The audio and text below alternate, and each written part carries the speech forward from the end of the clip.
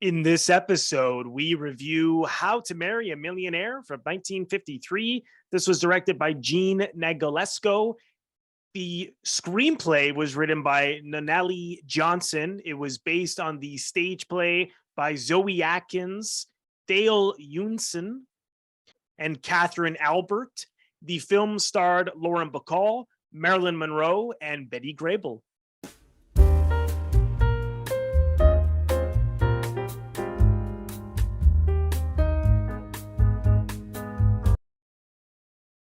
Welcome to Robert Bellissimo at the Movies. This is a YouTube video podcast exploring storytelling on film, as well as interviews with industry professionals who work in film, television, theater, as well as other areas of the arts. I want to welcome back to the show Janae Rachel Ballot, who is an award-winning filmmaker. She is the writer and director of the web series Managed and the short film Contract Players.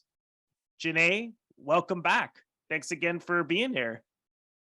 Thank you for having me. That's what I said last time. I said it last time and the time before that. Yes. I don't know what happened. We had like a little bit of a, well, I mean, admittedly, we had a little bit of a breakup and we got into a fight. It was over a movie. That's what happens when you're a film buff. Yeah, it was over a movie. I had a different opinion. You had another opinion. Eventually, we started to say, we should probably stop acting like children and come watch How to Marry a Millionaire. Exactly. Yeah. We worked it out. We worked it out. I mean, there's a little, we worked it out. Yeah. Well, this was, I had wrote you earlier this week. I had written you as saying, I wanted to do something on something with Marilyn Monroe, partly because recently Blonde came out, the film, which is a fictional take on her life, which I didn't like. I really didn't like. There was a couple of things in it I liked. I don't know. Did you get a chance to see it yet? I only have time for trailers at the moment, not movies. It's long. It's like 3 hours. It's 3 hours. Well, that's not surprising. It's like every movie seems to be 3 hours long. But no, I haven't seen it. I did follow when it was going into pre and for principal photography. I did follow like little updates, and it looks great. I mean, it's Andrew, the director. Yeah, it's a very good. I'm guessing you've seen it, so I'm guessing it's a very interesting and unique director's choice for a biopic.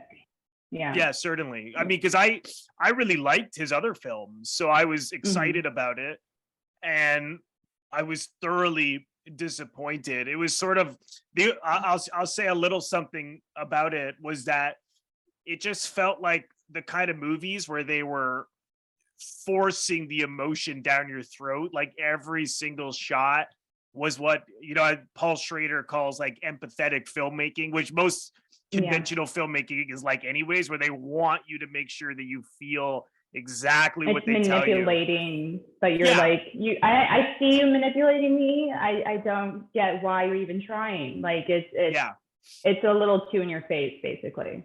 Way too much. There was no room for the audience to participate in any way. There was a couple of interesting sequences where, for example, she's going to a premiere of, I'm pretty sure it was the Some Like It Hot premiere, and everybody's cheering, but it felt more like a coffin going into the premiere because she's very depressed at this point, but she has to put on a smile, and it's all done in like slow motion. And I thought that was an interesting contrast, that she was feeling one thing, but everybody else was looking at her in a different way. But aside from that, it was just like, yes, we know she was objectified. We know the horrendous thing she went through. It was just like every scene was that. Like I had heard the book was more complicated in terms of her personality. It was a book? It's based on a book by Joyce Carol Oates, which was, again, it's a fictional take on what she would have been experiencing emotionally, what the writer felt, as opposed to like, just connecting the dots of her life. And so like it's a blend of fiction and reality. But I just thought, is this, you're spending 3 hours telling me that she was raped and objectified? Like, I know, we know like that you can certainly have that in it to but I just thought, this is all it is. I was like, look, I was like, is this almost done? I had to watch it in a couple of sittings. Anna, is it Ana De Armas? I believe that's how you say her name, who played Marilyn. She was really really good. She's I just want to make sure I got her name. Yeah, Ana De Armas, who was like she was one of the new Bond in the new James Bond films, and she's become quite famous. Yeah, she was in Knives Out. Knives Out. That's the one. Yeah.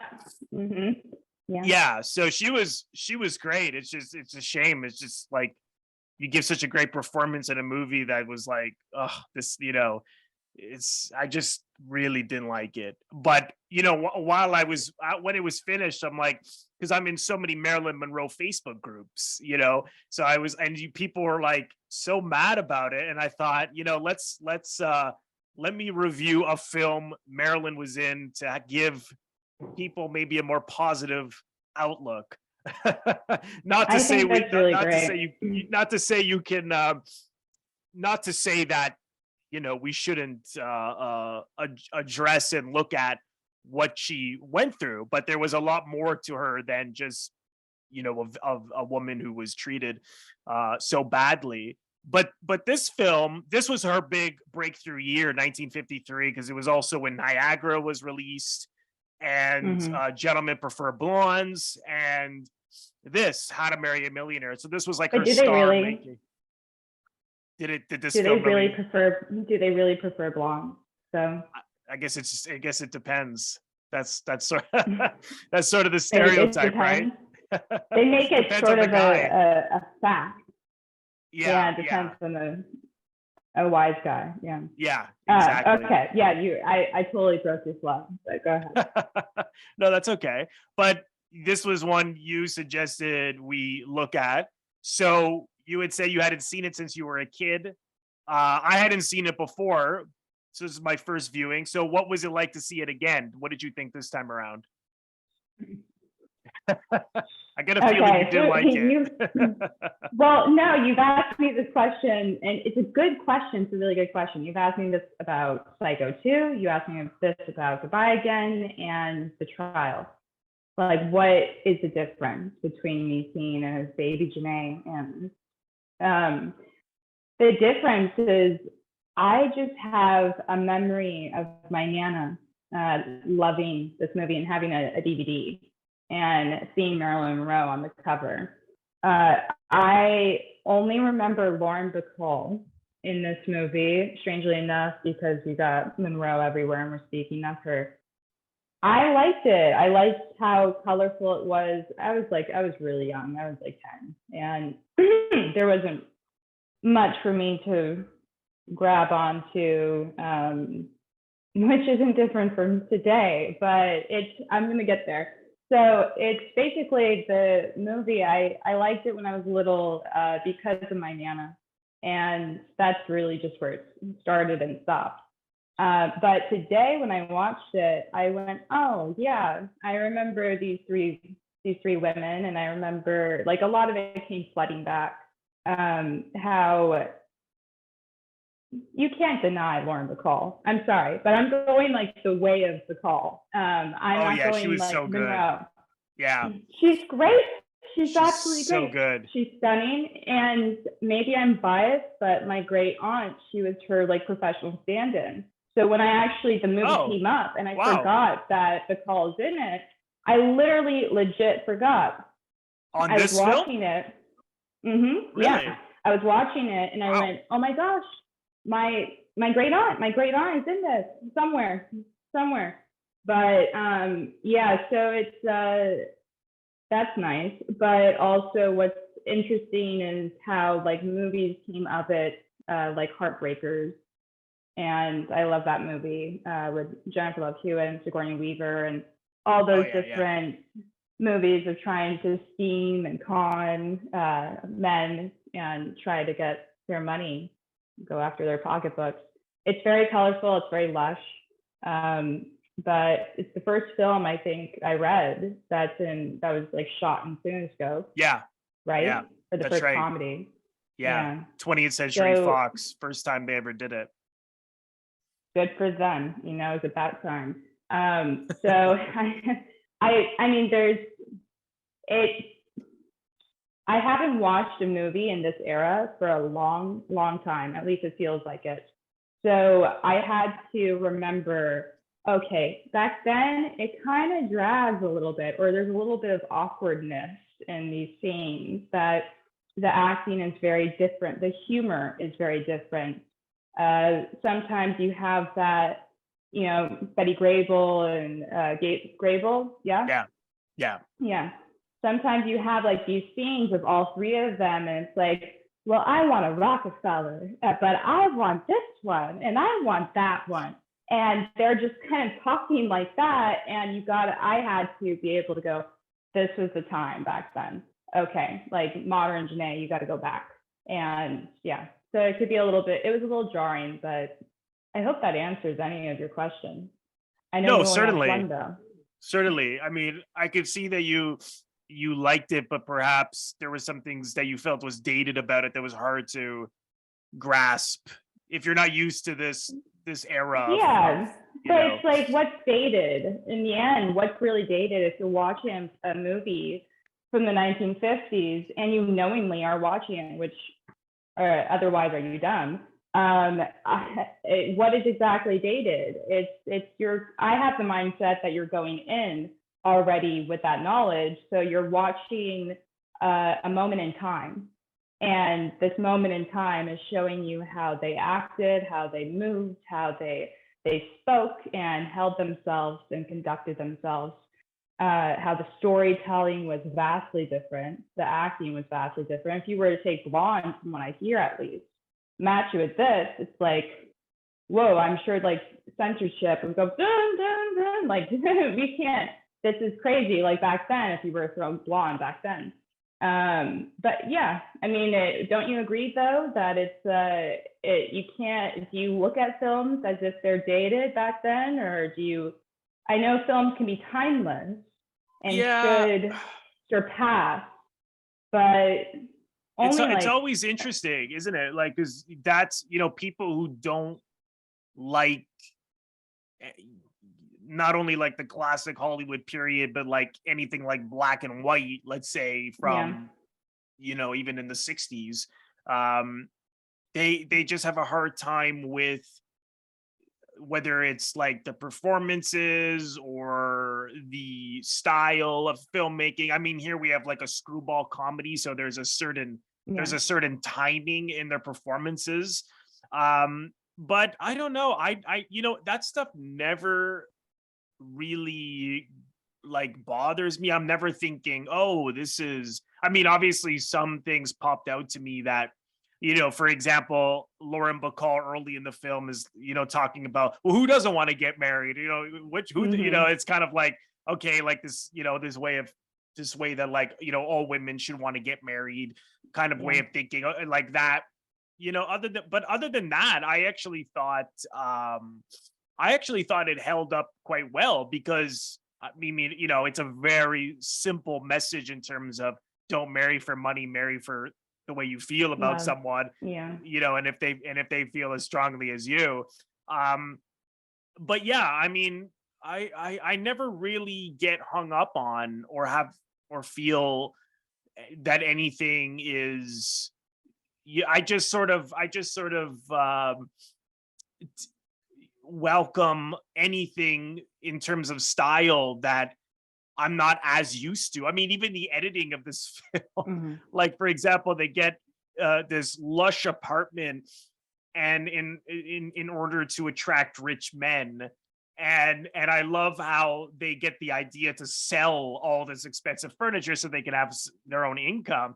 And there's these sequence of edits where it's just a shot of the apartment, and then every shot there's less and less furniture, and you would never see that anymore. Like no one does that anymore.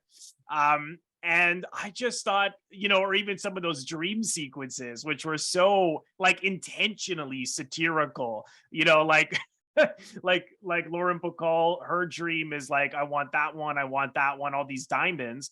And Marilyn Monroe's like, getting all this jewelry in like some exotic country with her new rich husband.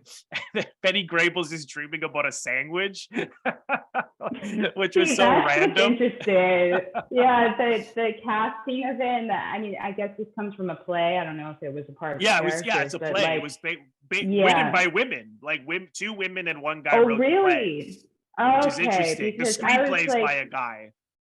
Oh, all right. Because I'm like, why is she eating so much food? And you got like Marilyn Monroe, who is this beautiful blonde and young, and then you got Lauren Bacall, who's more experienced, and she's brunette, and she's like, all right, let me tell you how it goes, guys.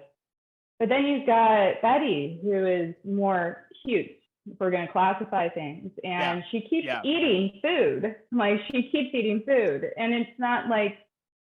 It was this interesting way of going, these are the women, and they all stand apart, but they're kind of like these boxes. And it reminds me of pretty much of the studio system back then. But going back to what you shared, because it is really, I mean, I loved it. I loved what you said. It is just, it's whatever it's bringing to you, and that makes you go, oh, okay, this is good. This is, it's different. And a lot of people, I really don't know why people can't grasp, for want of a better word, like, a black and white movie. Yeah, I don't get that either. Because if you went into a museum and you were looking at art from different, centuries, you wouldn't be like, oh my God, I can't look at that because it's from, 1600s. You would never do that. So I don't understand these hangups with looking at different styles. I'm just like, I think there's like an entitlement as a consumer. Maybe I'm reading too much into it, but you let me know, because I kind of like reading. But maybe there's like an entitlement that comes like from it differing from the museum. There's this entitlement of going, no, like movies and all of this is supposed to serve me. But really it's not. It's more like their ignorance speaking, if anything. People just, I mean, I think people just look at, I mean, I'm just talking generally speaking, like they just don't look at movies in that way. It's either like something's new or something's old, and like do away with the old, and let's look, I mean, unless you're a film person, that's a different story. But nowadays, the style of film that we see is much more done with much more realistically, or it's like the Marvel stuff, which is like so fantasy superhero. So it's interesting how that can be accepted, but yet like something like this is harder for people, in a way, because the style is just a little it could be a little jarring to see, like, there's a number of subplots in this film. There's a lot of slapstick humor, but then at the same time there's highbrow, really intelligent highbrow comedy, and the timing and the dream sequences, and just, it's farcical, right? So it's a little it's always interesting to me that people can have a hard time with older films, when really there are so many things now that are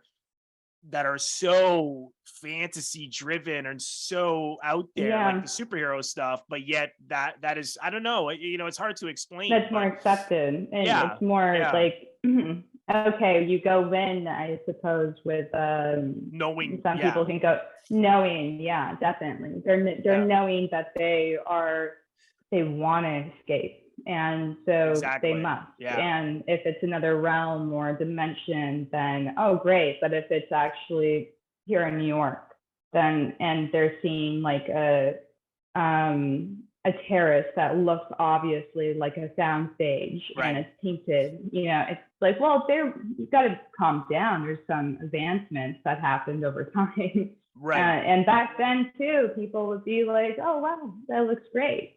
Or there would be other people who go, Yeah, you see how it looks like it's shot on soundstage, and it's just, people love to escape in movies. I remember somebody once telling me that entertainment is just one thing and one thing only, and that's escapism. And I personally disagree. Yeah, I think entertainment is it's your definition. It's my definition. It's my definition based on my mood of the day.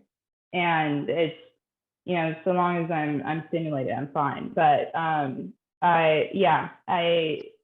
people they rush to, I think maybe that could be it too, me saying stimulated, because they rush to that instant gratification. And if it's not there, or if it looks a little bit alien to them, then they're like, okay. But they can actually watch an alien and go, ooh, that it's interesting, isn't it? Yeah, it's like, yeah. if it's a total escape, that can be accepted, but because this is, as you said, they're in New York, right? So obviously it's like, wait a minute, this is a real setting, but yet has all this broad, farcical. Yeah. So I know, style, this is something I think about a lot, and it's impossible to nail an answer down, and everybody's different. I mean, there's a lot of, just talking to different people who either work for TCM, or they go to the Classic Film Festival every year. It's a lot of young people. I mean, it's getting better and better.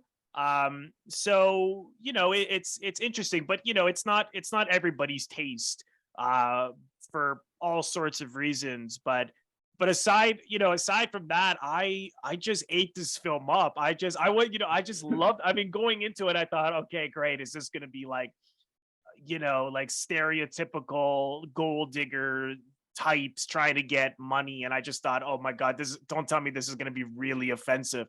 And as I said, yeah, there are a couple of things in it that, like the Bacall saying, well, doesn't everybody want to get married? Like this pressure for women to get married, and that you should love it. Yeah, that I'm like, okay, that's not a good message to put out there. But aside from that, this element of, like, they basically took the dumb blonde character, the cliche, and if you think about it, that character was always always in a move in films, are like this gorgeous woman who's not very bright and is always annoying the guy that she's with, and then and the guy is sort of putting her in her place, but the guy brings her because he wants to sleep with her.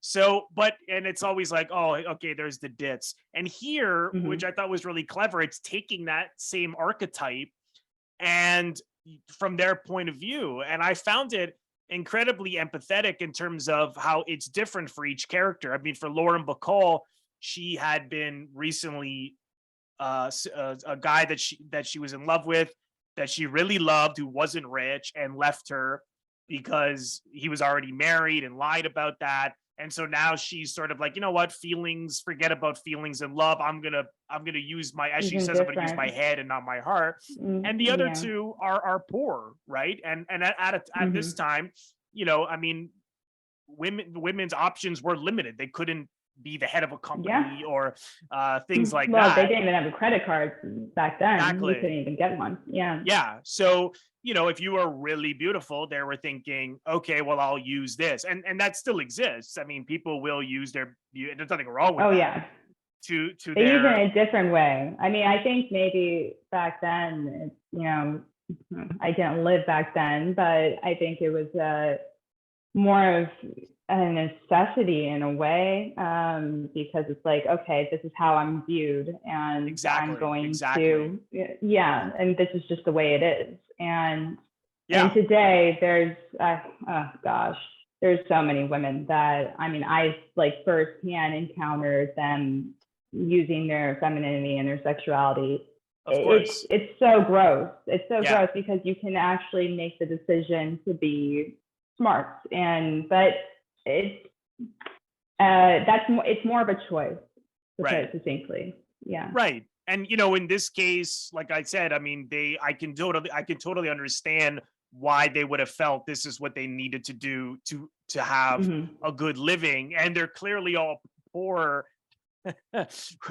which was so clever, because Lauren Bacall asked Marilyn Monroe about Betty Grable coming over, and she's like, well, there's something along the lines of asking how much money she has. She's like, well, she only has a quarter. And she's like, well, yeah. And she's like, but you should see what she could do with this quarter. And then she brings this guy over who like picks up her groceries and stuff.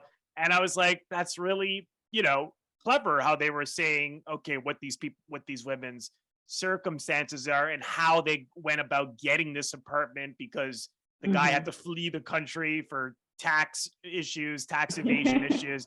And so they get this place in order to attract men, as we were saying.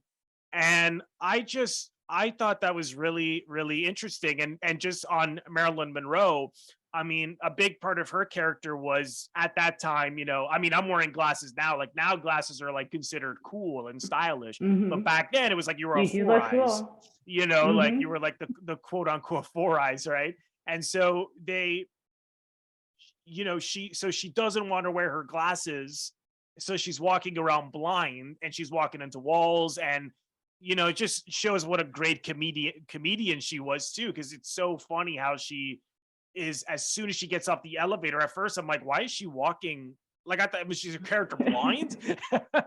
And then it was the glass, and she literally thinks that men are not going to approach her because she wears glasses. So she does everything she can to look attractive. And that is both tragic and funny at the same time. And the film, like it's like so clever how they were able to make these really like serious insecurities or like living in poverty funny.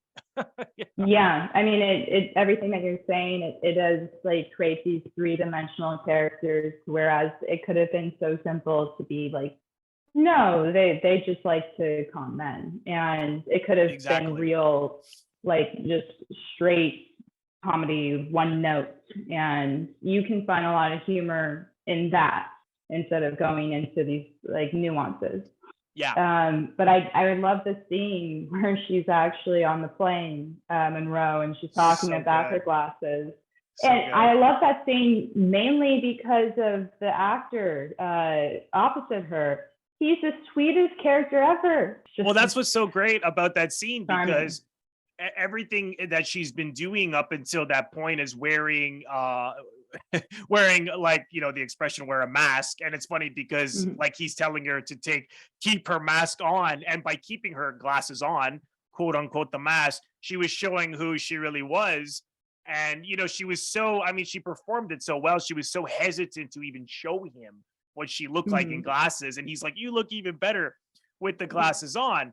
And it was like the first time anyone had actually seen her, because before that she was being much more seductress. You see the guy she's engaged to with the what do you call that, when he was with the eye patch, she's wearing an eye patch, and she's behaving in a very seductive, flirty way with him. But with this guy, she was just totally herself. So again, just like such a beautiful scene, but yet at the same time is so funny, because she got on the plane accidentally because she couldn't see. She's on the wrong plane. And there's a whole, I don't want to spell out the whole subplot there about how she got to be on this wrong plane. But I just thought this is so clever how they could. I mean, it's hard to write comedy in general, but to like have something with so much feeling while also being funny, that's difficult. Hard. Yeah. I'd imagine, anyways. Yeah, no, it's because you're going for everything by that point. You're going for the feeling of what drama can bring, and watching drama, and you're just hitting all the notes. It's really, really, really hard. Yeah, no, I certainly think it is. And the direction was, they didn't like try to do anything that was going to hit the nail on the head anymore in terms of like drama or comedy. They were just like capturing the moment. It was like it's either a two shot, or they're just cutting the close-ups between the two actors. They don't even really ever get that close. It's often like a medium close-up, or they're all in the frame. And I love that. obviously, you know, Matthew Manelli. Yes. When we first started working together, and we did Managed and we did Contract Player, it was about like, I think it was like the beginning or a little bit before Contract Player that he would say, you don't need all these stylistic shots like in the world. Like, you don't need them. You could just have like a two shot here. And if anybody knows Matthew's watching this, you know, I can do a better impression. But yeah, it's to watch something and let it just be captured and have everything else unfold. There's a great confidence in the story and the performances and the actors and the costume, everything, that the camera takes a back seat and it's just like, let's just be here, be now. I love that. I love that. Exactly. And because shooting on Cinescope at the time, I'm sure like the fact that they were using these new lenses and, you know, having to shoot on widescreen. I know Lauren Bacall had said like they often were telling them not to be too close together because they wanted like to really cover the frame, which I thought, you know, it was interesting how that worked to their advantage to then have like long takes. Like, I mean, it is a play. It was based on a play, but often there's no cuts, which I thought, wow, this is like everyone's really nailing the timing and the performances. I just really, really loved it. I wanted to see if you knew the little trivia with Lauren Bacall when she she has a line that is what's the word I'm looking for, where she mentions Bogart, who she was married to at the time. Did you? I don't know if you picked up on that. I didn't. No. I mean, Facebook is going to be coming at me with pitchforks. Oh no! No, I'll edit this out. The stuff that you haven't edited out, that's like my favorite little stuff. So let's just keep it in. Let's bring on the pitchforks. But don't get after Janae because she didn't pick up on it. hey guys, look, I know about Monroe. I saw the 7-year itch dress in person at Debbie Reynolds' auction, her auction. Oh wow! And it went for like, I think it went for. Well, I was going to say $1 million, but I'm so bad at math, and I think that it went for more. But wow. Maybe the Academy took it. But it was actually literally when I was speaking to Debbie that it was just in back of me in this glass case, and very beautiful dress. But I was speaking to her, and she was telling me that's going next. And I turned around. I'm like, oh, the blowhole moment. Yeah. I mean, that's like, you know, that, whew. And oh my God, yeah. Oh my gosh, look how much money it is.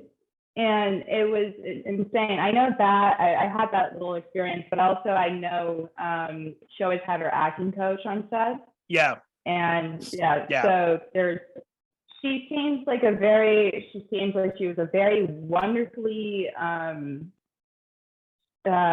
sweet soul who is very vulnerable. And she's obviously a great actress that's so embedded in cinema history and beautiful physically, and has this confidence that she exudes in her voice. And it feels, to be very honest though, it feels like she, not unlike a lot of celebrities, she manufactured so many different things, like wonderful Brittany Murphy.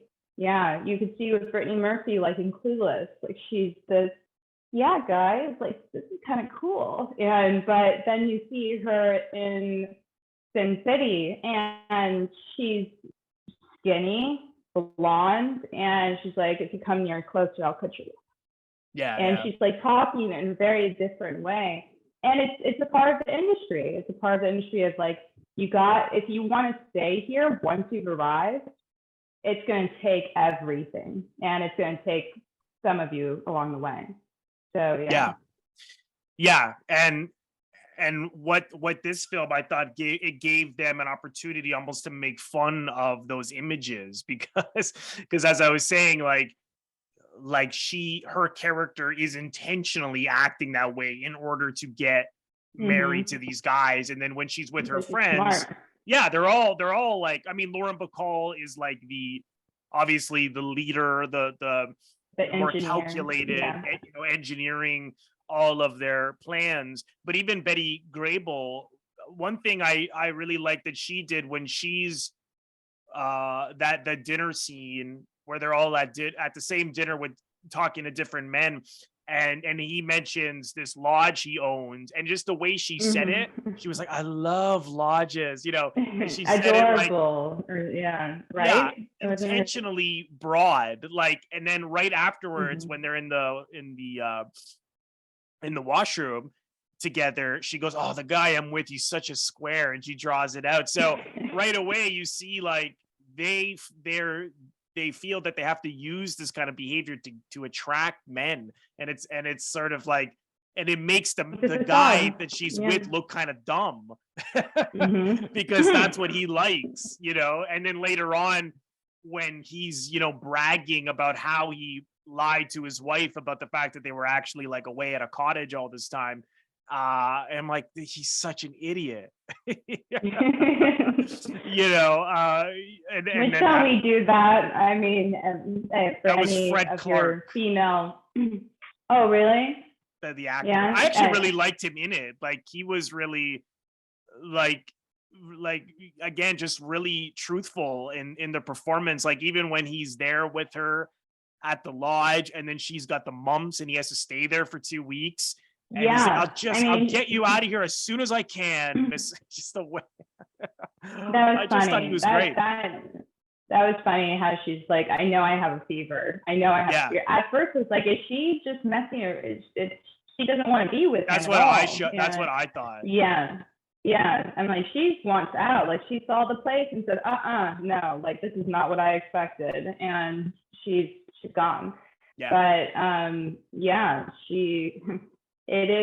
it's interesting to have, again, like going back to casting, having these 3 different actresses together in one movie. Going back to my Nana, I mean, it was that where you have these 3 actresses from my Nana's point of view. She lived in those times, going, wow, you have this movie that, you have Lauren Bacall, you have Betty Grable, and you have Marilyn Monroe. I think that is pretty special, and I wish we had more of that today. Actually, we don't. I mean, I know, me too. You've got Mail, and even like the people that came together, like the Tom Hanks and Meg Ryan. That's over. It's a shame. I never knew that Lauren Bacall was so funny as well, because I've only seen her in like serious parts, and this opened up a lot of doors for her for comedy, and because she did a lot of theater after this as well, and other comedic films, but I haven't seen any of her comedic work. And again, what I like is that she's not trying to be funny. Like, she basically is playing everything straight and trusting in that, and just like, it's already funny. Like, you don't have to make it funny. And just going back to the little bit of trivia was that when she's trying to get the older guy who William Powell plays to marry her, and he's like, well, and he's like, come on, we're like 30 years apart. And she's like, I love older men, like, like that guy from The African Queen. And that's Humphrey Bogart, who she was married to in real life. Yeah. Who was like 20 years older than her. So that was the trivia. That's great. Yeah. I mean, leave it to them to always have like a major gap between like the man and the female when it came to movies. Like, I think Cary Grant and for Charade, Cary Grant and Audrey Hepburn. Such a major gap. Well, that was always. I mean, that still happens a lot, but even then, it was even more obvious. And I like that in this film, they're almost making fun of that. Yeah, because even exactly. William Powell is like, well, this is ridiculous. I'm 30 years older than you. And then she wants him because I also loved her attitude towards him. Like, when he came in. When she initially meets him, she's kind of like, yeah, hello, shakes his hand. And then Betty Grable's like, oh, he's an oil man. She's like, oh, just like the switch in the behavior. The small little thing. So good. But it also showed nuance. Yeah. So nuanced. And it showed that, their faults too, because here at the same time, the guy who is rich, who she ends up with, but she thinks is poor, mainly just because he's not wearing a necktie. It's like, oh, this guy can't be rich, just like showed that they were, they were superficial. But I love that whole. Oh yeah, they're definitely. Oh, definitely. They got so many insecurities. Constantly eating food, can't put on glasses. Of course, they're superficial. I mean, yeah. yeah. Absolutely. I mean, if they were just purely funny and it was purely empathetic, then that wouldn't have worked either. I mean, it shows their faults, and that whole story was great because he was quite clever. He just had this like instinctive understanding that this was all a charade from her, like like that. He's like, okay, like once she if I can get her out with me and not tell her I'm rich, then she'll hopefully she'll fall for me, which of course she does. I mean, whether someone could be that clever and calculating, I don't know. I mean, the men were their characters were a little plain. I felt like even William Powell, like he was way too nice. Like here he comes back and wants to marry Lauren Bacall, and then she's like, "Oh, I can't marry you because I really have feelings for the other guy," and he's like, "It's all right, when you're in your 50s, you're used to disappointments." I'm like, come on, for real, you would have been furious. I was like, a million people out there. I don't care how old you are. Yeah, it's not like a shock. This happened again. All right, I'm just gonna walk on out. Happened. I understand what's going on here. Yeah. I thought you came in with some emotions and some feelings that suddenly are just not there anymore. But I love back then they did that a lot, where it's like, okay, and wait, what? Like, you can't. That's it. That's the reaction. Yeah, he was that's all you're gonna give. He was way too understanding. The only one who had some emotion, more emotion, was the ranger who Betty Grable ends up falling for, because she initially, again, the take on the dumb blonde is, they're not geniuses, right? So she initially thinks he's rich just because he says he works and works out in the forest, and he points at all the different areas, and so she thinks that he owns it. And then he's like, "No, I don't own it. I just gotta watch it." And then she's like, "Oh, now I fell for you, and I thought you were rich, and you're actually poor." And he got mad. That was the only time I wanted a little more of that, but I guess it would have taken away from that. That would have been tricky. I could understand why they made the guys a little more on the plain side, because it may have muddled the comedic nature. How can and how can you really balance it? It's going to be like an ensemble by then, exactly, of men and women. Exactly. So they're just these kind of cardboard cutouts, essentially, to serve the story, get the story going, make them be able to react. I didn't know that you're like broke. And to have these comedic moments. Yeah, exactly. But the the end, like I like the fact that the film didn't just like, okay, so they're gonna give up, they're gonna forget about their superficial ways and marry these men who have nothing. And I like that that's what they think they're getting into, and then he breaks out all of his money and they all like faint. Which again, I just thought, because like if they were all poor or they all had very little, I think that would have been, it just wouldn't have sat as well. It would have been a little more on the phone. Too much of a fairy tale. Yeah. I think the fact that actually both one guy is rich, but he can't get to it because he's a fugitive technically, and the other guy is rich, and now she knows. Lauren Bacall knows. I mean, again, of course, that is still in the screwball broadness of it all, but the essence of it was like, it's not just going to be cut and dry. Oh yeah, I'll just get with someone who's got nothing. That's fine. Like, I like that the guys they were pretty successful. Two of them. Yeah. I think that's good too, because it's like, but it's not the message isn't crammed down your throat and you have no like room to breathe. If it was all of them are broke and then they really changed their ways. they had some epiphany that only God can bring. So exactly. I like the ending too, from what you said. I really did. I'm trying to see if there was there anything else you wanted to mention? I'm just double checking my notes.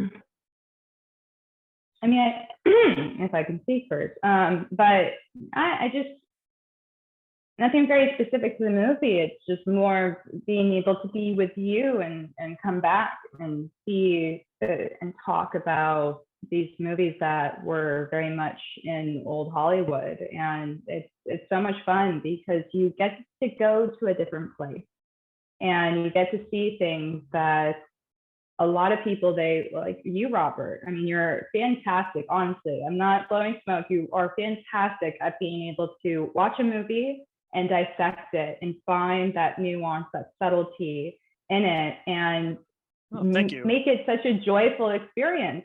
Seriously. Thank you.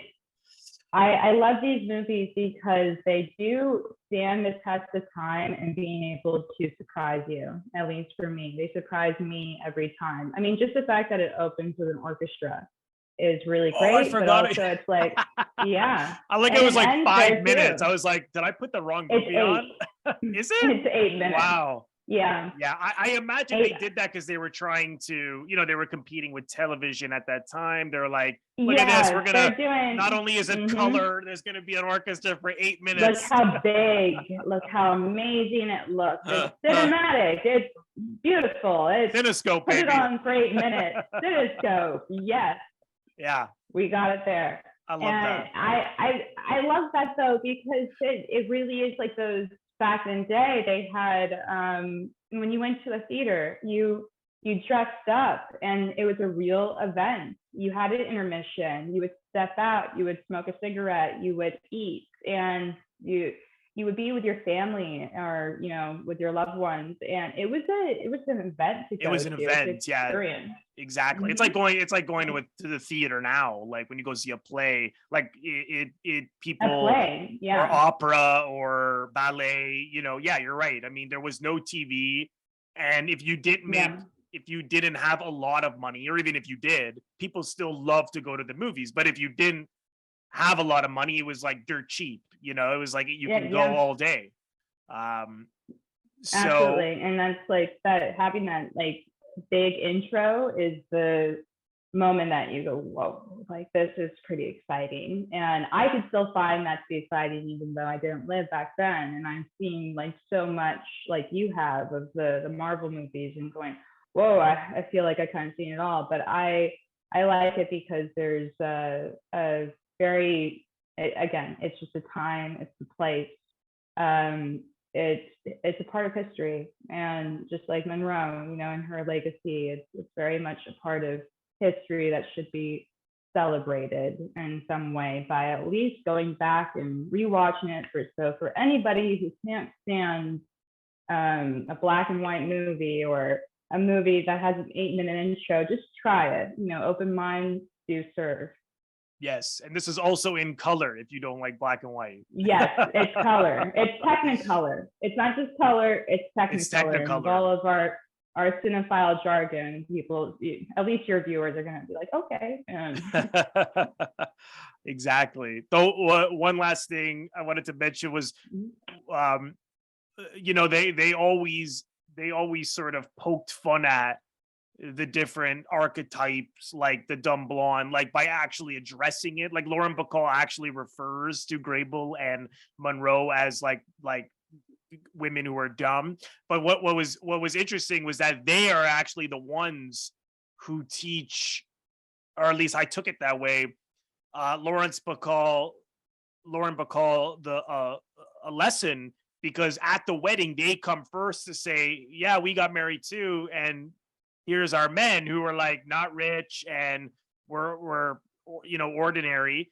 And that's when she was like, because she was pretty much going to go through with it, and I think that's when she was like, shit, why I'm the one learning this last, like I can't do this.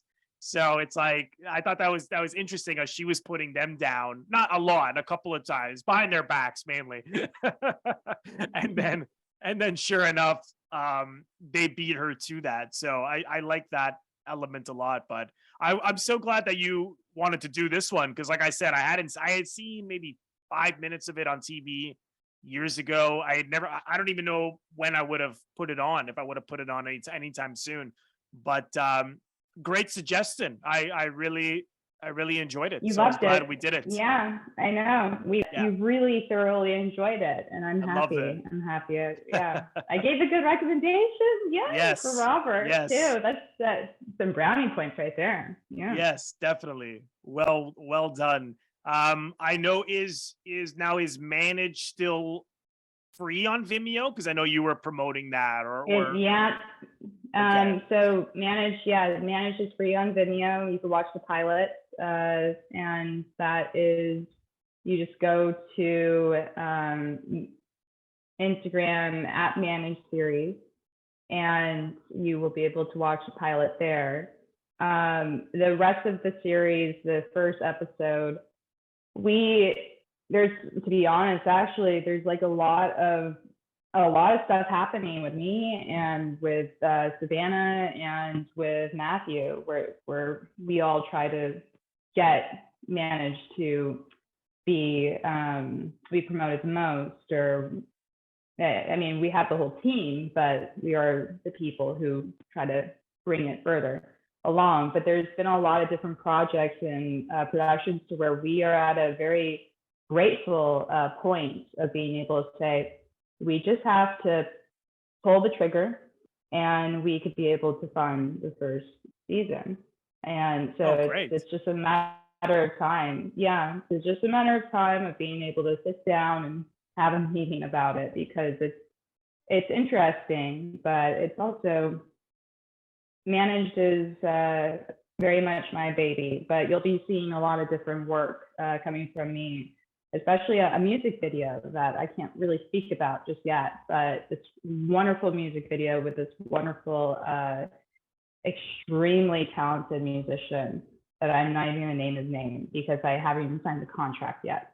So yeah, there's just a lot of stuff, but Manage at Manage Series on Insta. Fantastic. Well, I'll leave the link in the description box below where you can watch Managed, the first episode from Janae, and follow her on Instagram. Thank you, Robert. Thank you for being you and just being here to riff with me and take all my tangents in stride. So you're a real gentleman, and I love it. I love it all. Thanks so much. Great. I'll see you next time. Thank you so much, everyone, for watching and or listening. If you are currently listening to this on the audio version of my YouTube channel and you've run out of episodes to listen to, head over to the YouTube channel where every single episode that I have ever recorded can be found. Go to youtube.com/Robert Bellissimo at the movies. I also want to thank all of my members on Patreon. If you're interested in becoming a member of my Patreon, head over to the link patreon.com/Robert Bellissimo at the movies for full details. And lastly, if this is your first time here on my YouTube channel, please consider subscribing. It is absolutely free to do so by pressing the Robert Bellissimo at the movies logo. You will see it floating above my head to the top left corner, to your top left in just a second. Just click on that and then click the bell in order to get a notification every time I release one of my new episodes or when I go live. Thank you so much, everyone. I will see you in the next episode.